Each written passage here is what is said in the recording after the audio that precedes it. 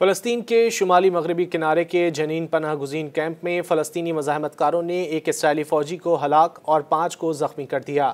اسرائیلی فوج نے تصدیق کرتے ہوئے بتایا کہ اس کے شمالی مغربی کنارے میں انسانیت سوز جارحیت کو انسداد دہشت گردی کا آپریشن قرار دیتے ہوئے بتایا گیا کہ آپریشن میں راسین سے تعلق رکھنے والے کفر بریگیڈ کے ہارو جاسوس یونٹ کا 20 سالہ اسٹاف سارجنٹ لیام حازی مارا گیا، جبکہ 5 زخمی فوجیوں میں سے ایک کی حالت تشویشناک ہے۔ اسرائیلی جارحیہ فوج کے مطابق ہارو یونٹ کے فوجی جنین کیمپ کی ایک عمارت میں زبردستی گھسے تو 2 مسلح افراد کے ساتھ فائرنگ کا تبادلہ ہوا۔ بعد میں مقابلے میں مارے گئے اور زخمی فوجیوں کو نکالنے کے لیے اسرائیلی فضائیہ کے ایک ہیلی کاپٹر نے فضائی حملہ کیا۔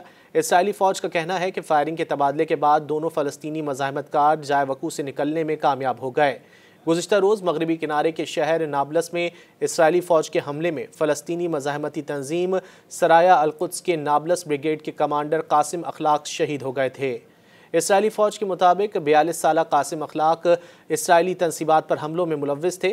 فلسطینی اسلامی جہاد کا کہنا ہے کہ قاسم اخلاق کی لاش اسرائیلی حکام کے قبضے میں ہے۔ مزید نیوز اپ ڈیٹس اور ڈیجیٹل سٹوریز کے لیے سبسکرائب کریں ڈان نیوز پاکستان۔